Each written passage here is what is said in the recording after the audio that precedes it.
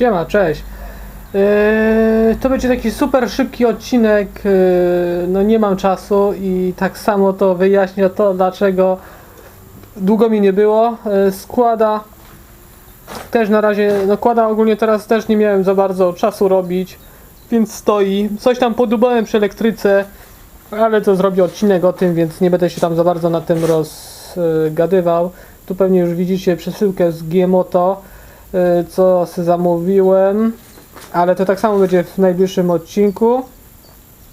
Zobaczymy, czy zgadniecie, co tam mogłem zamówić. Jakie to tam może być w paczce gumowe. O, tak wam powiem.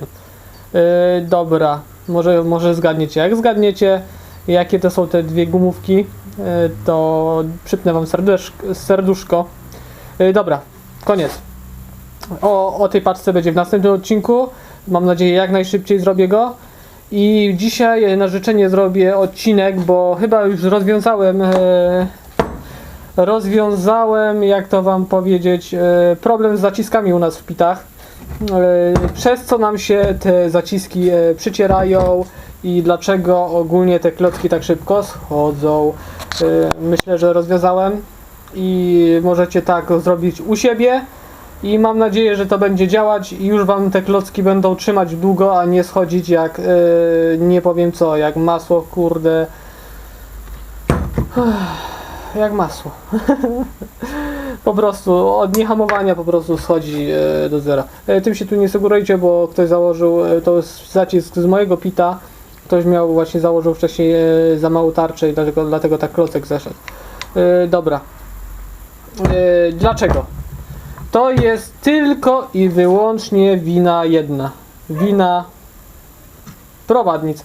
Ta prowadnica jest z innego ogólnie zacisku, ale to jest tylko do wglądu.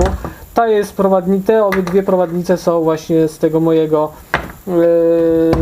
jarzma ogólnie, bo w jarzmie, jak ktoś oglądał, jak przerabiałem, a ktoś może być nowy, może nie wiedzieć, o co chodzi. Przerobiłem sobie ogólnie pita, z tyłu zacisk na, nie wiem, czy to będzie widać, trochę ciemno, na dwutłoczkowy zacisk jest teraz i klocki zużycie zerowe. Zerowe dla odmiany. Zero zużycia praktycznie. W ogóle się nie ścierają i dożywotnio chyba to polatam na tym tylnym hamulcu, bo ja strasznie mało używam. Najwięcej używam przodu, no. Przednich hamulców, więc no, z tyłu to chyba już będzie dożywotnie, dopóki będę miał ogólnie chyba tego pita, to klocki mi nie zejdą. I zauważyłem w skuterach, nie w skuterach, takie klocki jak tu są mocowane, choćby nawet w zaciskach w KX60 chyba 5, tak samo jest podobny zacisk, ogólnie na podobne klocki. I tam klocki, kurde, trzymają o wiele dłużej. W skuterach tak samo, takie same miękkie klocki jak sprzedają na pitbike.pl, pitbike mrf.pl, te za 15-20 zł, nie wiem ile tam jest, chyba za 20 zł. Tak samo, takie same są miękkie i wierzcie mi to, gdzieś tu miałem zacisk na takie same klocki. Aha, nie, bo już klocki ściągnąłem z tamtego.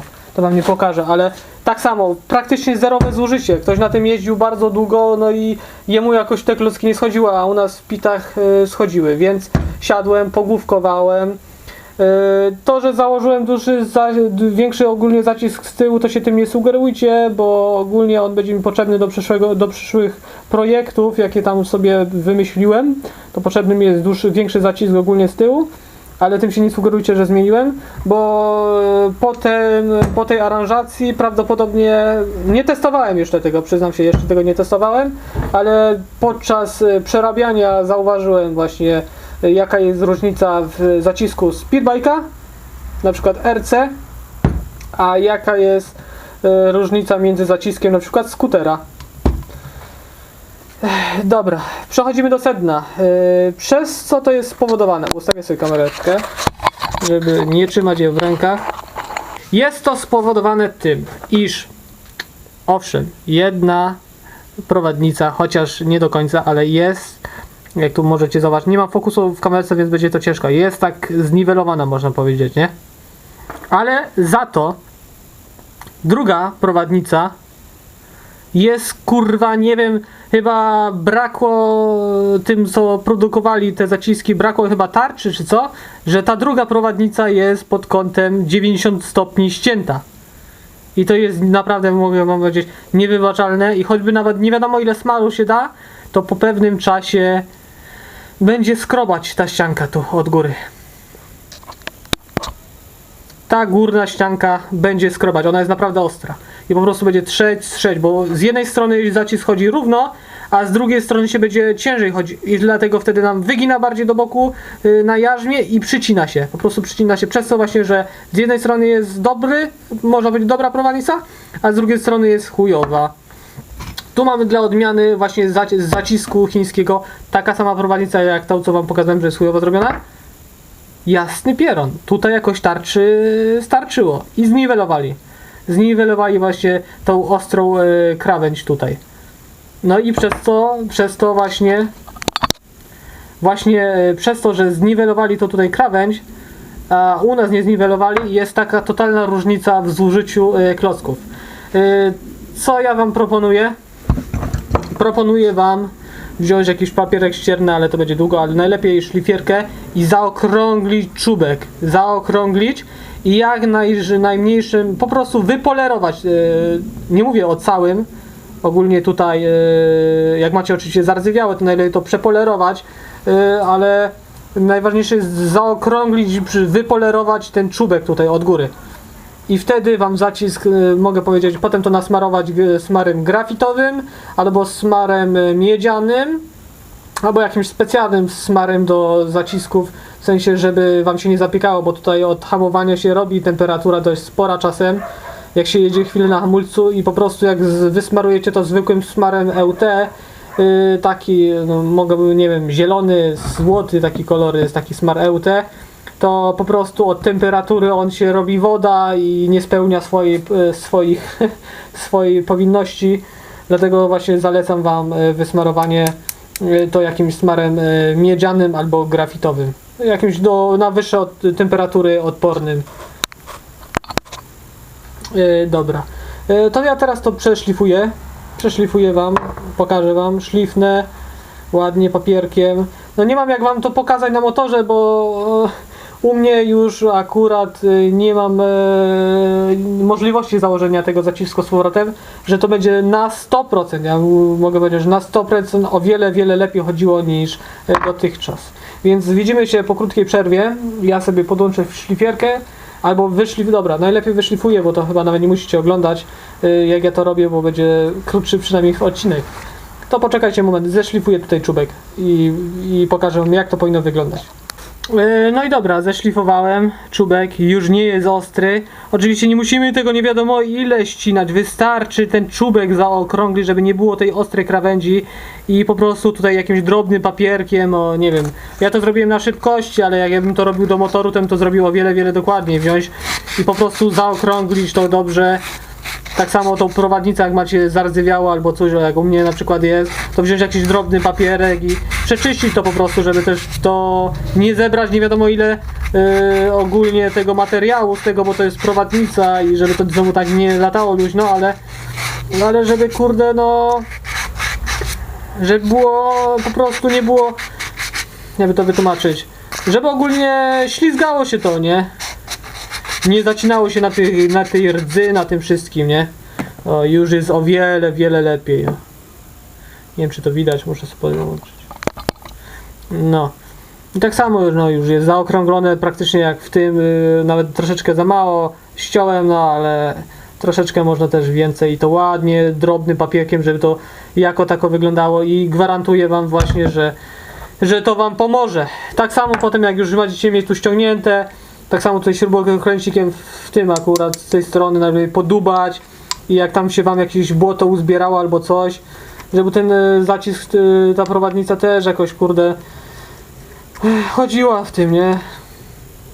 Po prostu wyczyścić dokładnie z piasku, ze wszystkiego jak tam się wam uzbierało, no i nałożyć.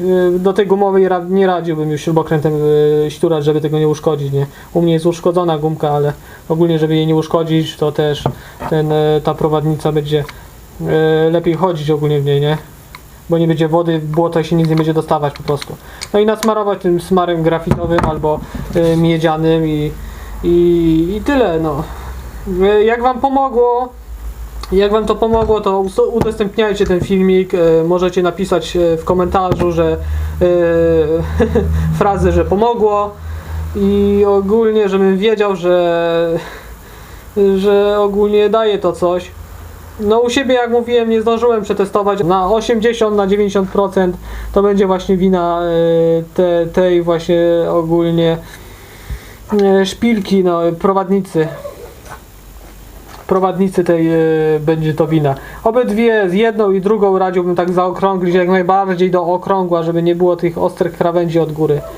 I wtedy na pewno będzie ten zacisk całkowicie inaczej chodził. I mam nadzieję, mam na taką właśnie nadzieję, jak nasmarujecie i to wyczyścicie i zaokrąglicie te prowadnice, że te klocki wreszcie będą schodzić, przynajmniej choćby nawet tak jak z przodu.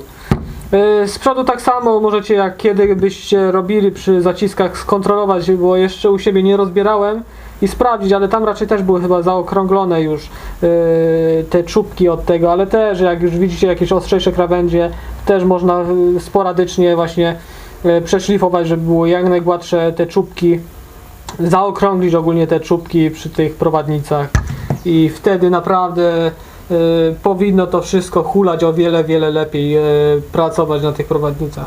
Dobra, no to tyle, no. Mam nadzieję, że pomogłem, że tam kolega, który mi pisał, żebym zrobił odcinek, jest zadowolony. Czyli jak mówiłem, paczka będzie w następnym odcinku. No i jak wam pomogło, no standardowo łapeczka w górę, jesteś nowy, subskrypcja musi być, jak chcesz być na bieżąco. No i tyle, no. To do usłyszenia, do następnego, hej!